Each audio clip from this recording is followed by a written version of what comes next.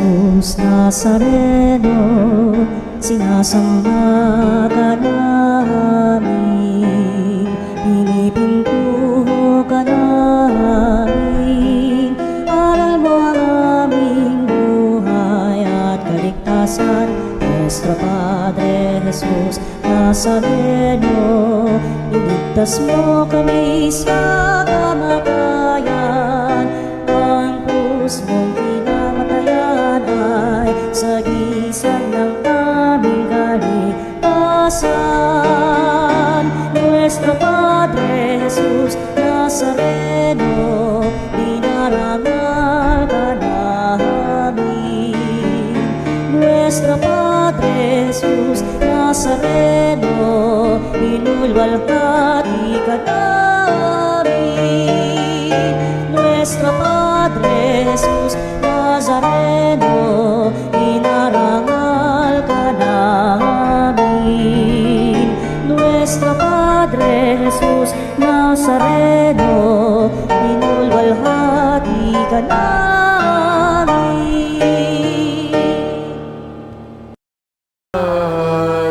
Nakapako sa krus, dakilang pag-ibig sa manmanahan. Diyos ay naroon, walang alinlangan.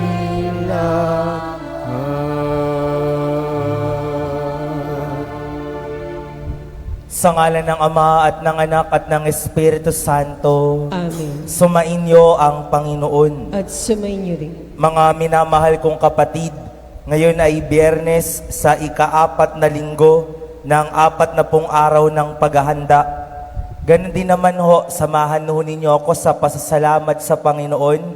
Ngayong araw aking ipinagdiriwang ang aking pang-8 taong anibersaryo sa pagkapari. At upang tayo mas maging marapat gumanap sa ating pagdiriwang, aminin muna natin ang ating mga kasalanan. Tayo pong lahat inaamin ko sa makapangyarihang Diyos. At sa inyo mga kapatid, na lubha akong nagkasala sa isip, sa salita at sa gawa, at sa aking pagkukulang. Kaya isinasamo ko sa mahal na Birheng Maria, sa lahat ng mga anghel at mga banal, at sa inyo mga kapatid, na ako'y panalangin sa Panginoong ating Diyos. Kaawaan tayo ng makapangyarihang Diyos, patawarin tayo sa ating mga kasalanan, at patnubayan tayo hanggang sa buhay na walang hanggan. Amen.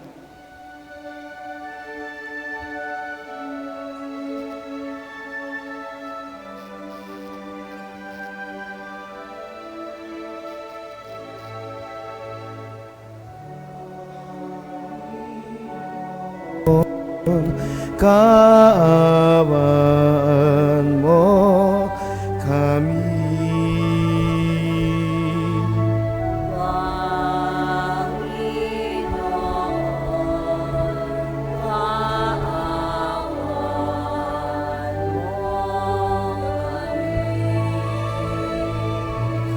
Kristo, kaawaan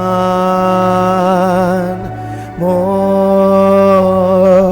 kami.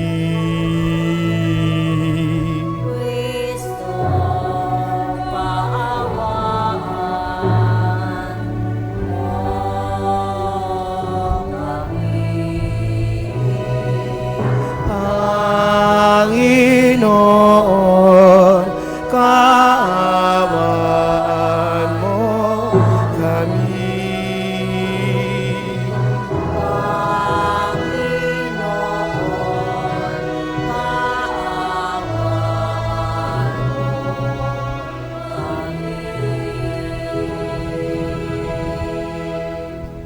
Manalangin tayo.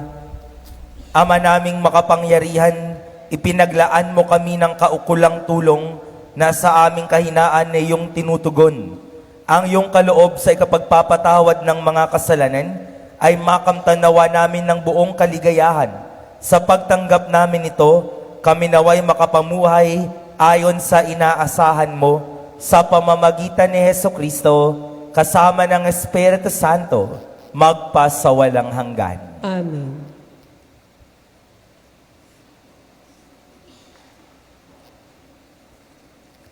Tayo po ngayon ay nasa unang bahagi ng ating pagdiriwang, ang iyak ng salita ng Diyos.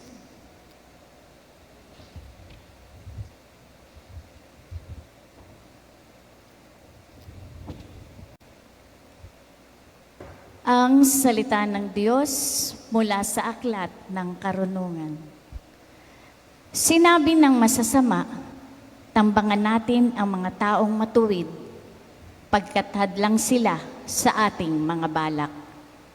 Ipinamumukha nila sa atin ang pagsuway sa kautusan at sinasabing tayo ay nagkasala laban sa ating kaugalian.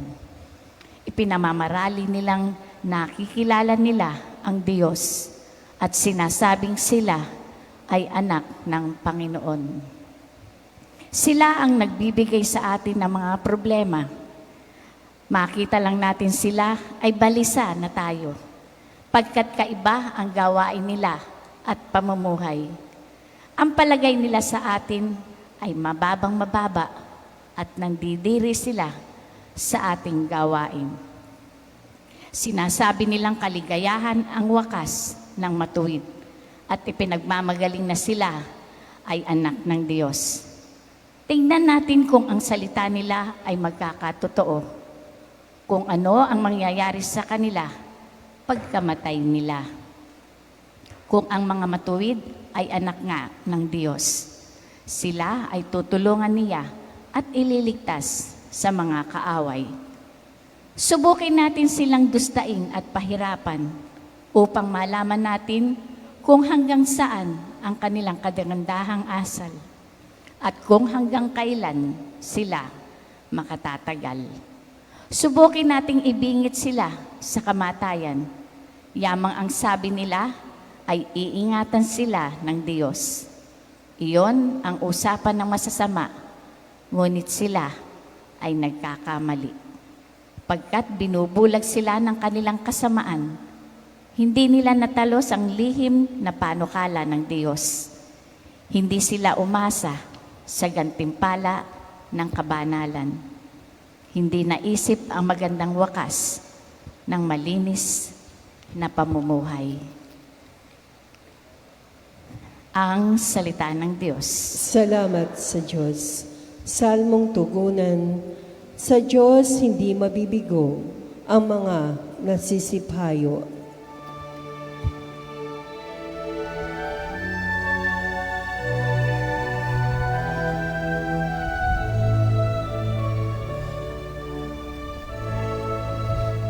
Sa Diyos hindi mabibigo ang mga nasisiphayo. Sa Diyos hindi mabibigo ang mga nasisiphayo. Nililipol ng Diyos yaong masasama hanggang sa mapawi sa isip ng madla. Agad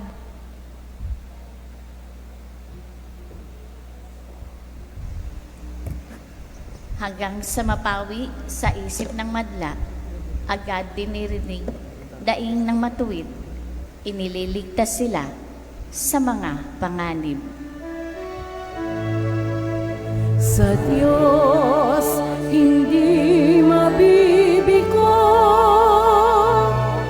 ang mga nasisiphayo. Tumutulong siya sa nasisiphayo. Ang walang pag-asa ay hindi binibigo. Ang taong matuwid, masuliranin man, sa tulong ng poon, agad maiibsan. Sa Diyos hindi mabibigo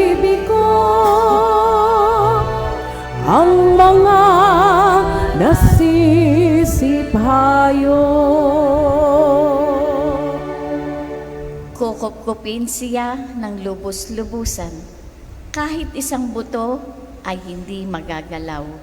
Mga lingkod niya ay kanyang ililigtas. Sa napakukupkop, siyang nag-iingat. Sa Diyos hindi mabibigo ang mga nasisiphayo. Sa Diyos hindi mabibigo ang mga nasisiphayo.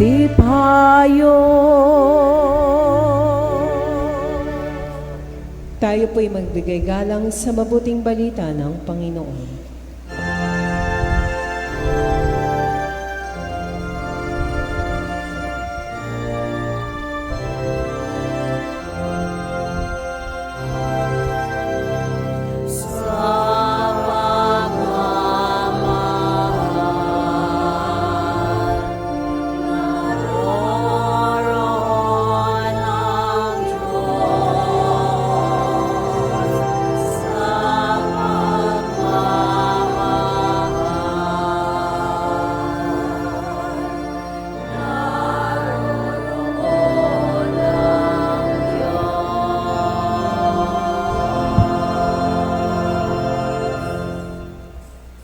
Sumainyo ang Panginoon. At sumayo rin. Ang mabuting balita ng Panginoon ayon kay San Juan. Papuri sa iyo, Panginoon.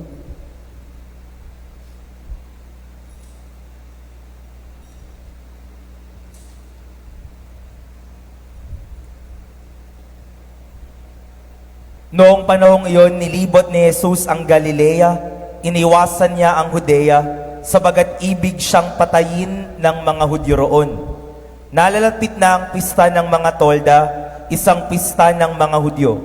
Pagkaalis ng kaniyang mga kapatid, si Jesus may pumunta rin sa pista, ngunit hindi hayagan. Sinabi ng ilang taga-Jerusalem, hindi ba ito ang taong gusto nilang patayin? Hayan, lantaran siyang nagsasalita, ngunit wala silang sinasabi laban sa kanya. Baka naman nakilala ng mga pinuno na siya nga ang Mesiyas. Walang makakaalam kung saan magmumula ang Mesiyas pagparito niya. Ngunit alam naman natin kung saan nagmula ang taong ito. Kaya't nang nasa templo si Jesus at nagtuturo, malakas niyang sinabi, "Ako ba'y nakikilala ninyo? Alam ba ninyo kung saan ako nagmula? Hindi ako naparito sa ganang akin lamang. Ang totoo ang siyang nagsugo sa akin, ngunit hindi ninyo siya nakikilala. Nakikilala ko siya sapagat ako'y mula sa Kanya, at siya ang nagsugo sa akin. Tinangka nilang dakpin siya, ngunit walang nangahas, sapagkat hindi pa niya oras." Mga minamahal ko, ang mabuting balita ng ating Panginoon. Pinupuri ka namin, Panginoong Jesucristo. Mga minamahal kong kapatid, ang ating first reading para sa araw na ito from the Book of Wisdom ay galing sa section na ang tawag ay Speech of the Wicked. Speech of the Wicked. At bakit ito Speech of the Wicked?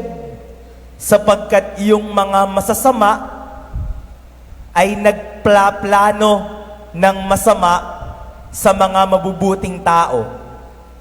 Alam mo ninyo, yung makagawa tayo ng kasalanan na hindi naman natin sinasadya, masama.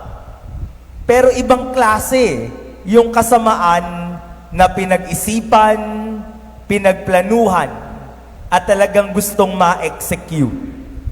Our first reading is the speech of the wicked, kasi yung mga masasama talagang nagplaplano para pabagsakin ang mga mabubuti.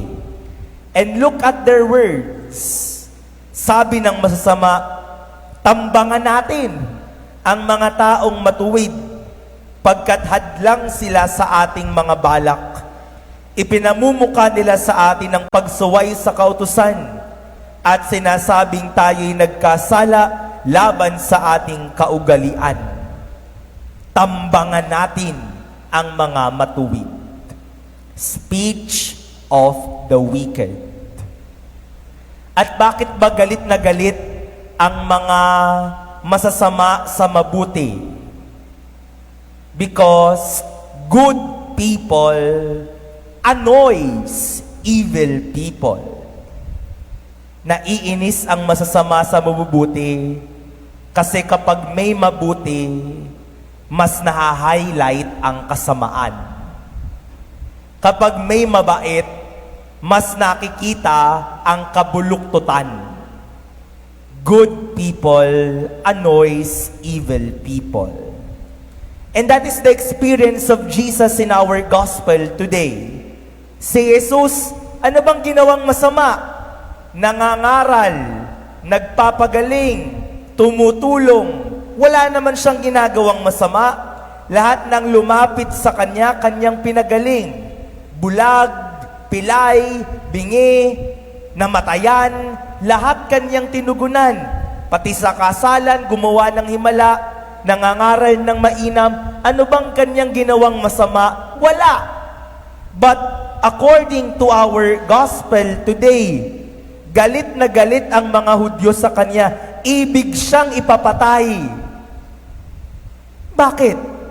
Sapagkat sa ginagawa ni Jesus, kitang-kita ang mga kabuluktutan nila.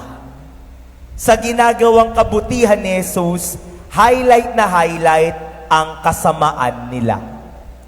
Good people annoys evil people.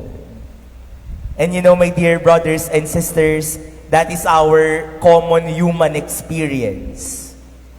Huwag na tayong magtaasan ng kamay, pero aminin nyo sa sarili nyo, madalas, galit tayo sa mabait, galit tayo sa mabuti.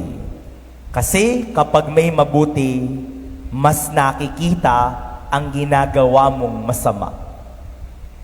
Galit ka sa totoo, kasi nagsisinungaling ka. Galit ka sa tapat, kasi hindi ka tapat. Galit ka sa masipag, kasi ayun sumagot. Di ba sa trabaho, ba't ba galit na galit ka sa nagsisipag-sipag? Ang sipag naman yan, pabida. Bakit? Tamad ka eh. At mas makikita yung katamaran mo pag may masipag. Galit na galit ka sa gumagawa ng tama kasi kitang-kita ang ginagawa mong mali. The principle stays, good people annoys evil people. Mga minamahal kong kapatid, ano ba dapat ang proper reaction sa kabutihang ginagawa ng kapwa? Mainis?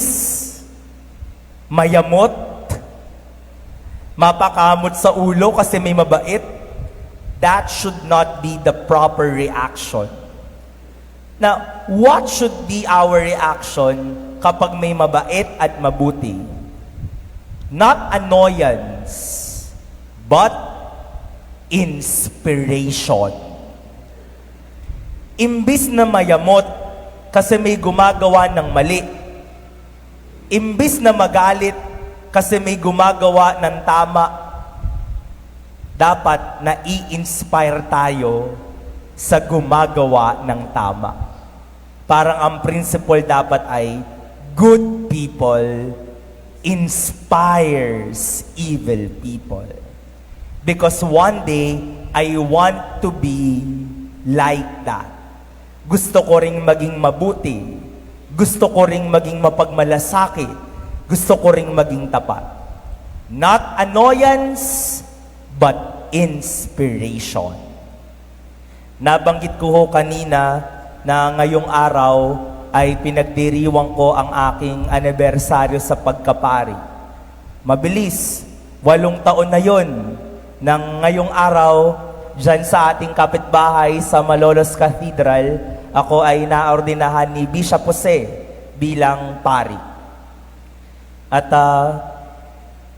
to be a priest is indeed a gift. Because to be a priest is to be put in a position to inspire others. Ewan ko lang, baka naiinis yung iba, pero to be a priest is to put by God in a position to inspire others. At yan ang dasal ko sa lahat ng aking mga napagdestinuhan at sa lahat ng aking mga nakakasalamuha na ang aking pagkapari, di man ako perpekto at marami ding mga pagkukulang, ay maka-inspire sa mga taong aking napaglilingkuran. Sa 8 taon, sa lahat ng napuntahan, 4 na taon ako sa Valenzuela, sa Fatima. Tapos ay nalipat ako sa seminaryo, sa minor seminary bilang procurator sa finance. Kasabay doon, kapag weekends, nagmimisa ako dyan sa Bustos, sa Bulacan, at minsan, si Tita Alice, sa Giginto, sa Ilang-Ilang. At last year, nalipat ako dito sa Baraswain. Lahat ng yon, ang aking dasal sa lahat ng mga taong makakasalamuha ko ay maging inspirasyon ako sa pananalita na hindi naman akin kundi sa Panginoon. With the way I relate with people, yan ay dasal ko din maging inspirasyon sa ating mga legionaries na marami na aking ding ginagabayan bilang spiritual director sa diocese. Marami kayo ngayon. Maraming salamat po sa pagpunta. Lahat ng yan ay panalangin ko ay maging inspirasyon sa inyo. Minsan dahil kahit marami ng mga schedule, lalo dito sa atin, may binyag, may patay, kahit linggo nagkakasal tayo. At minsan may nagtanong, ba't hindi ka napapagod? Kahit pang 7 na, pang 8 o pang 9. Kasi sa akin pang 9. Pero sa magsisimba, pang 1 lang niya. Sa akin pang 10 na yun. Talagang siguro mapapagod na. Talagang pwedeng iklian na lang sermon, pwedeng bilisan na lang lahat. Pwedeng wag nang pakantahin para matapos na. Pero sayang naman, boss, na Lucy, wag di papakantahin. Pwedeng pabilisin, pero bakit masigla pa rin dapat? Kasi kung pang 10 ko ng misa, sa magsisimba, 1 lang niya yun. At dapat, dun sa pagpunta niya sa simbahan natin, kahit na papano may makuha siya at ma-inspire siya. At naniniwala ako na pag na-inspire mo yung isang tao, paglabas niya ng simbahan, maghahanap rin niya ng mai-inspire niya at hawa-hawa na yun. Salamat sa Panginoon sa 8 taon na pagiging pari at sana mahaba pa at malayo pa at marami pang makilala at mapuntahan. Salamat, Panginoon, sa paglalagay sa akin sa posisyon. Hindi ako pinakamatalino, hindi ako pinakamabait, hindi rin ako pinakabanal, hindi rin ako pinakamahusay. Sa totoo lang ay kita naman ng mga parokyano natin. Minsan sa pananamit lang ay wala na talaga.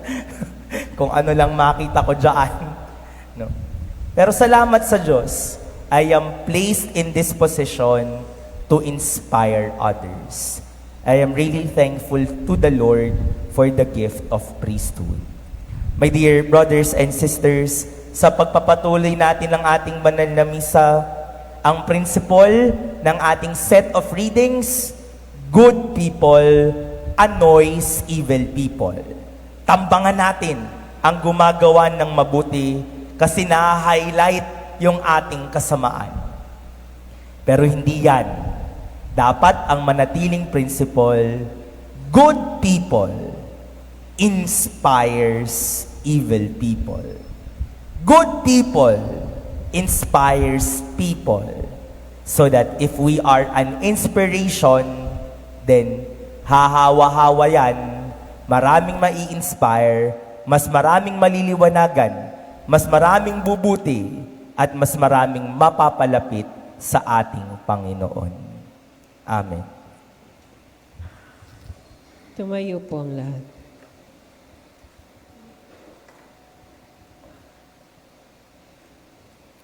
Sa bawat panalangin ating itutugon, Panginoon, palakasin mo kami sa iyong katotohanan. Panginoon, palakasin mo kami sa iyong katotohanan.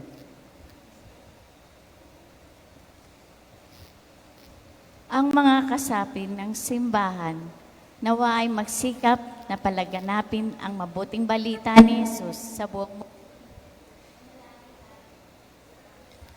Panginoon, palakasin mo kami sa iyong katotohanan.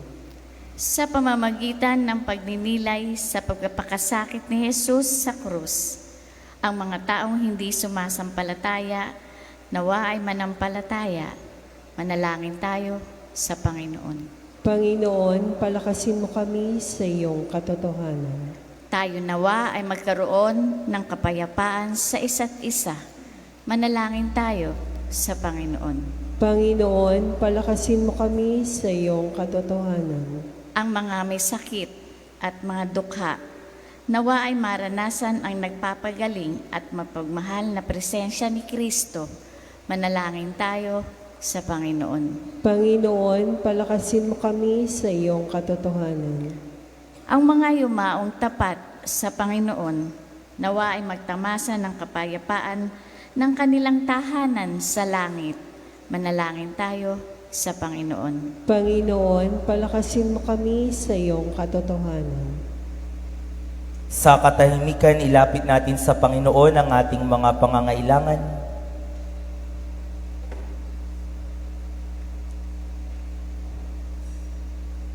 Ama naming nasa langit, isinugo mo ang iyong anak upang magpakasakit para sa amin.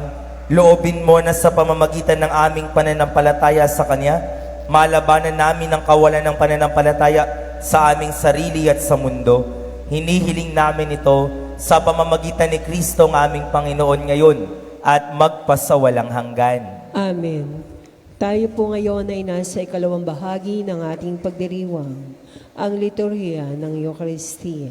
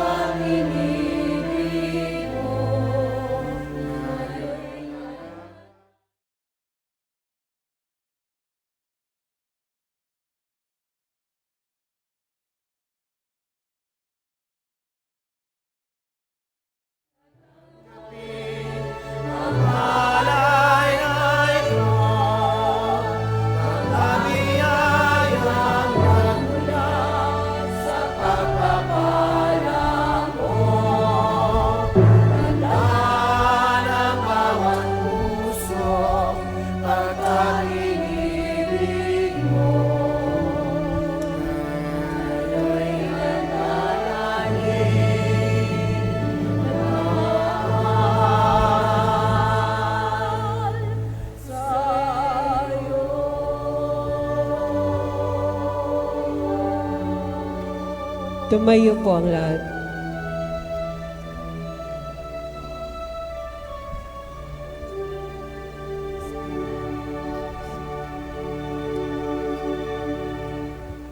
Manalangin kayo mga kapatid, upang ang paghahain natin ay kalugdan ng Diyos amang makapangyarihan. Tanggapin nawa ng Panginoon itong paghahain sa iyong mga kamay, sa kapurihan niya at karangalan, sa ating kapakinabangan, at sa buong sambayanan niyang banal. Ama naming lumikha, sa paghahain ito, sa pagpapatawad ng mga kasalanan, ay siya nawang magpagindapat na kami maging lalong dalisay sa pagharap sa iyo, sa pamamagitan ni Hesukristo, kasama ng Espiritu Santo, magpasawalang hanggan. Amen. Sumainyo ang Panginoon. At sumainyo rin. Itaas sa Diyos ang inyong puso at diwa. Itinasa namin sa Panginoon. Pasalamatan natin, Panginoong ating Diyos. Marapat na siya ay pasalamatan. Ama naming makapangyarihan, tunay ngang marapat na ikaw ay aming pasalamatan sa pamamagitan ni Hesukristo na aming Panginoon. Binibigyan mo kami ng bagong pagkakataon upang ganapin ang paghahanda ngayon para sa pagdiriwang ng muling pagkabuhay kaysa ng iyong anak na minamahal, aming inilalaan ng panahon, talino at yaman para ganapin ang iyong kalooban na ang kapwa-tao ay lubos na damayan sa pagdiriwang namin sa aming pagsilang bilang mga kaanib ng iyong sambayanan. Kami iyong pinagkakamit ng katayuang ganap sa pagtatangkilik, kaya kaisa ng mga anghel na nagsisiawit ng papuri sa iyo, nang walang humpay sa kalangitan, kami nagbubunyi sa iyong kadakilaan.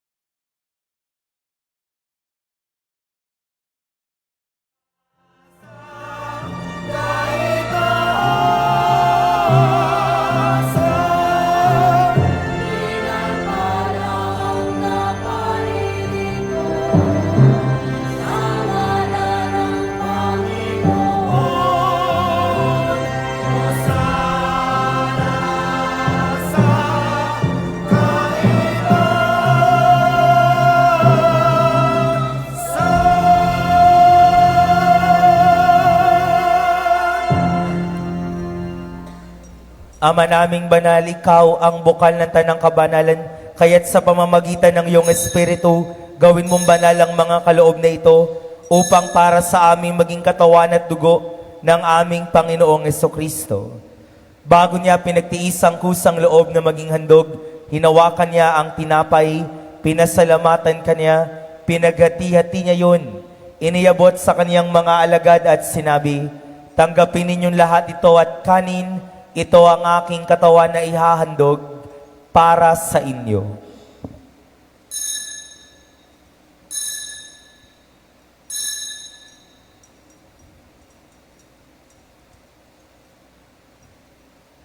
Gayon din naman noong matapos ang hapunan, hinawakan niya ang kalis, muli kanyang pinasalamatan, iniyabot niya ang kalis sa kanyang mga alagad at sinabi, "Tanggapin ninyong lahat ito at inumin. Ito ang kalis ng aking dugo, ng bago at walang hanggang tipan. Ang aking dugo na ibubuhos para sa inyo at para sa lahat sa kapagpapatawad ng mga kasalanan. Gawin ninyo ito sa pag-alaala sa akin."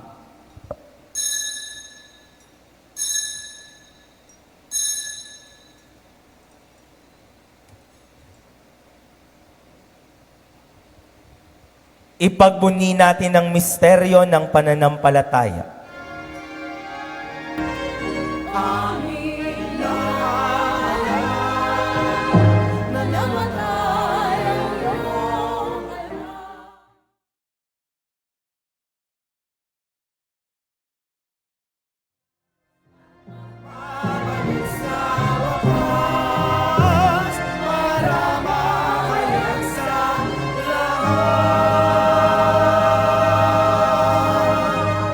Ama, ginagawa namin ngayon ang pag-alaala sa pagkamatay at muling pagkabuhay ng iyong anak. Kaya't iniaalay namin sa iyo ang tinapay na nagbibigay buhay at ang kalis na nagkakaloob ng kaligtasan. Kami nagpapasalamat dahil kami iyong minarapat na tumayo sa harap mo para maglingkod sa iyo. Isinasamo namin kaming magsasalo-salo sa katawan at dugo ni Kristo ay mabuklod sa pagkakaisa sa pamamagitan ng Espiritu Santo. Amalingapin mo ang iyong simbahang laganap sa buong daigdig. Puspusin mo kami sa pag-ibig kaysa ni Leon na aming Papa, Dennis na aming Obispo, at ng Tanang Kaparian. Alalahanin mo rin ang mga kapatid naming nahimlay nang may pag-asang sila'y muling mabubuhay, gayon din ang lahat ng mga pumanaw, lalong-lalo na si Bishop Jose. Kaawaan mo sila at patuloyin sa iyong kaliwanagan. Kaawaan mo pagindapating kaming lahat na makasalo sa iyong buhay na walang wakas, kaysa ng mahal na Birheng Maria, Ina ng Diyos, ni San Jose, kaniyang kabiyak ng puso, kaysa ng mga apostol at ng lahat ng mga banal na namuhay sa daigdig ng kalugod-lugod sa iyo. Maipagdiwang nawa namin ang pagpupuri sa ikararangal mo sa pamamagitan ng iyong anak na aming Panginoong Heso Kristo. Sa pamamagitan ni Kristo, kasama niya at sa Kanya, ang lahat ng parangal at papuri ay sa iyo, Diyos amang makapangyarihan, kasama ng Espiritu Santo, magpasawalang hanggan.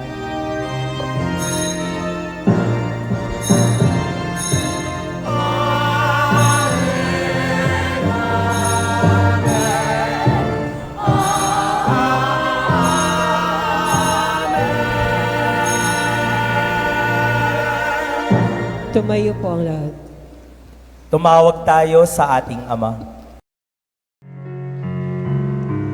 Mamagamin, sumasalangit ka, sambahin ang ngalan mo, mapasa amin ang kaharian mo, sundin ang loob mo, dito sa lupa, paralang sa langit.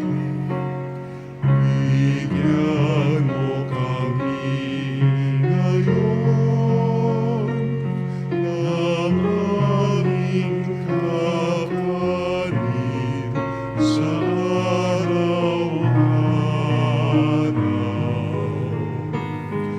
At patawarin mo kami sa aming mga kasalanan, para ng pagpapatawad namin sa nagkakasala sa amin. At wag mo kami ipahintulot sa tukso, at iadya mo kami sa lahat ng masama.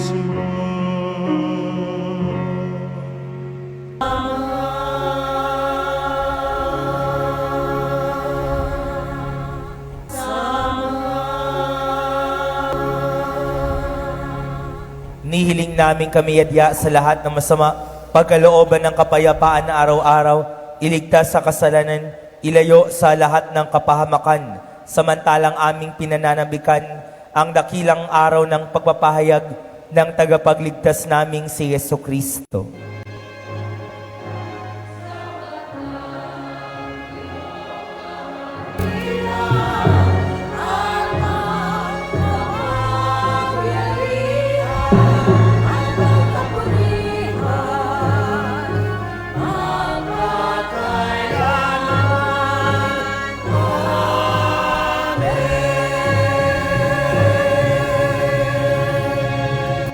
Panginoong Jesucristo, sinabi mo sa iyong mga apostol, kapayapaan ang iniiwan ko sa inyo, ang aking kapayapaan ang ibinibigay ko sa inyo. Tunghayan mo ang aming pananampalataya at wag ang aming mga pagkakasala. Pagkalooban mo kami ng kapayapaan at pagkakaisa ayon sa iyong kalooban, kasama ng Espiritu Santo, magpasawalang hanggan. Amen. Ang kapayapaan ng Panginoon ay laging sumainyo. At sumainyo rin. Magbigayan kayo ng kapayapaan sa isa't isa.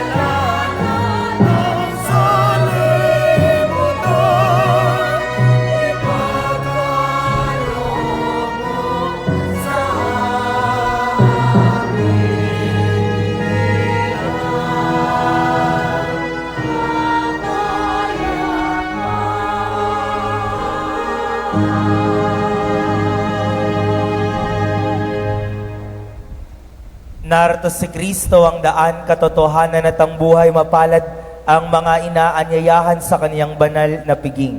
Panginoon, hindi ako karapat-dapat na magpatuloy sa iyo, ngunit sa isang salita mo lamang ay gagaling na ako.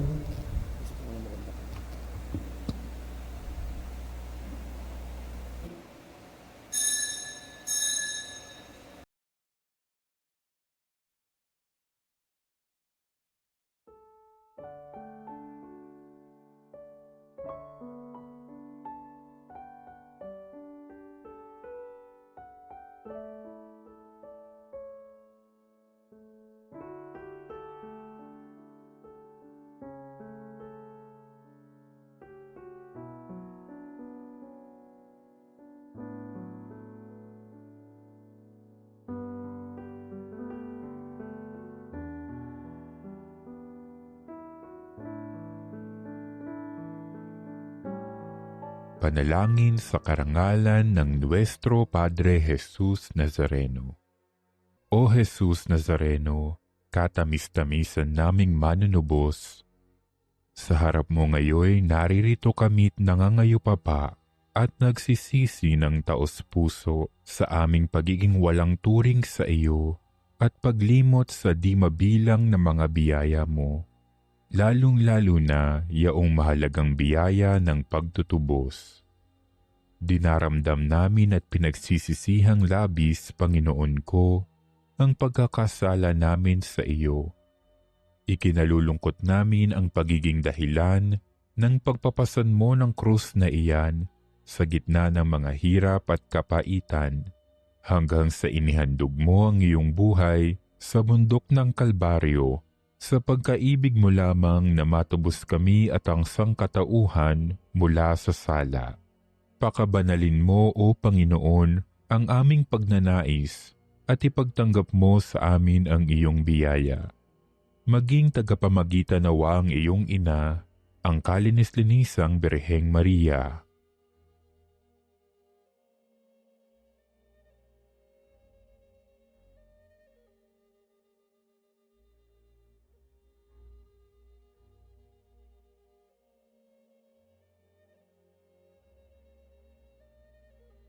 Ama naming makapangyarihan, niloob mong akuin ang iyong anak, ang krus at kamatayan, upang ang sangkatauhan ay matubos at mabuhay.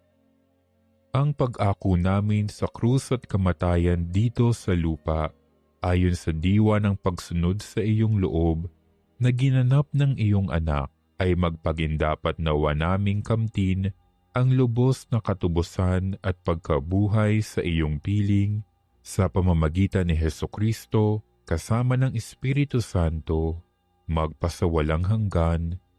Amen. Nuestro Padre Jesus Nazareno, Panginoon namin at Diyos, kaawaan mo kami.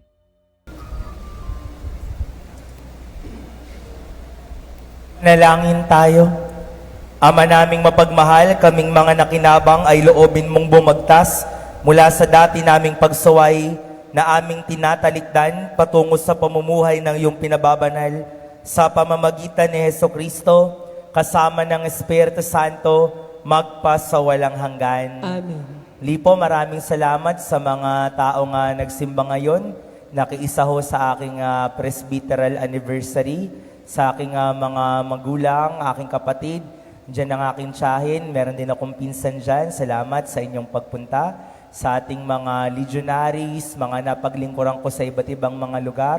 At dito, sa ating Pastoral Council sa Barasoing, sa pangunguna rin ng ating Kura Paroko, Monsignor Memeng Salonga. Maraming salamat po sa inyong lahat. Sa mga pilgrims natin, saan ba kayo pilgrims? Salamat po. Nakiselebrate na kayo sa akin. At sana ho ay pagdasal niyo po akong palagi. 3 kaming naordinahan, si Father Rex at si Father Franz, kaklase ko po yun, na-assign din dito. Dahil hindi naman ako nagse-celebrate talaga, pumunta kayo sa kanya mamaya sa Bukawi at makita niya kayo doon. Maraming salamat po at pagdasal niyo po akong palagi. Sumainyo ang Panginoon, At sumainyo rin. pagpalain kayong palagi ng makapangyarihang Diyos, Ama at ng Anak at ng Espiritu Santo. Amen. Tapos na ang misa, humayo kayong taglay ang kapayapaan ni Kristo. Salamat sa Diyos. Pagkatapos ho nung misa, dyan lang ho kayo sa pwesto ninyo. Marami tayo masyado. Bababa na lang po ako dyan para sa community picture po natin. Salamat po.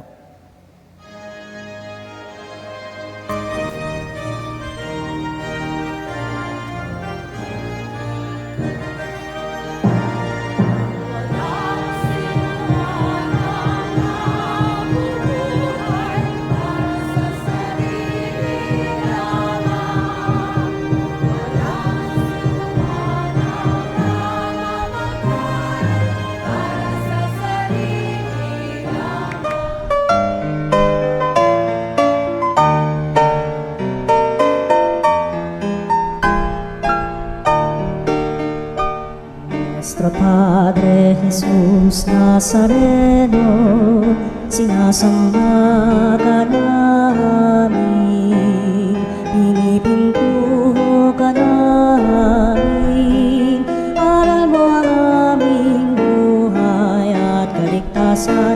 Nuestro Padre Jesús Nazareno, iligtas mo kami sa kamatayan.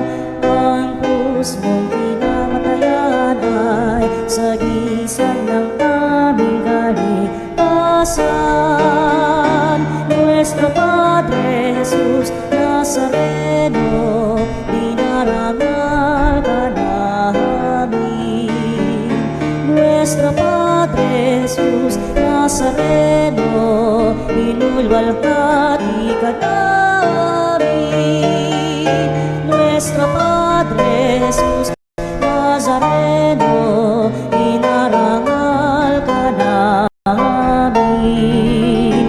Nuestro Padre Jesus Nazareno,